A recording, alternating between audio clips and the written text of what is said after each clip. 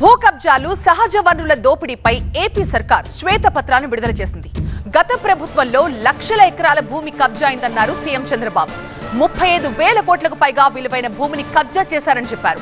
ప్రస్తుతానికి తమ రికవరీలో కబ్జా భూమి 1.70 లక్షల ఎకరాలుగా తేలిందని చెప్తున్నారు చంద్రబాబు.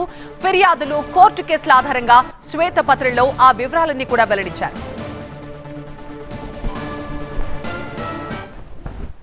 విశాఖపట్నంలో 40,000 ఎకరాలు 40,000 కోట్లు మేము ఆ రోజు చెప్పింది అంత ఉంటుంది.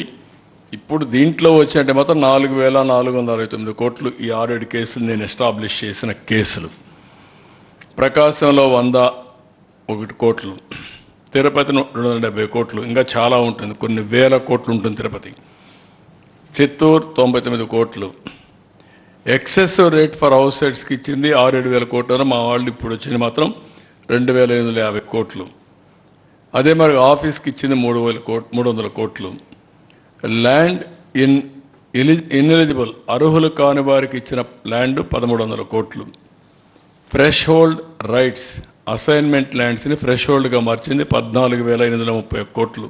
చట్టాలు చేశారు, చట్టాలు లేవు, అది గవర్నమెంట్కి రావాలి. వీళ్ళు ఆ చట్టం ప్రకారం ఎగ్జామ్షన్స్ కూడా ఇచ్చేశారు.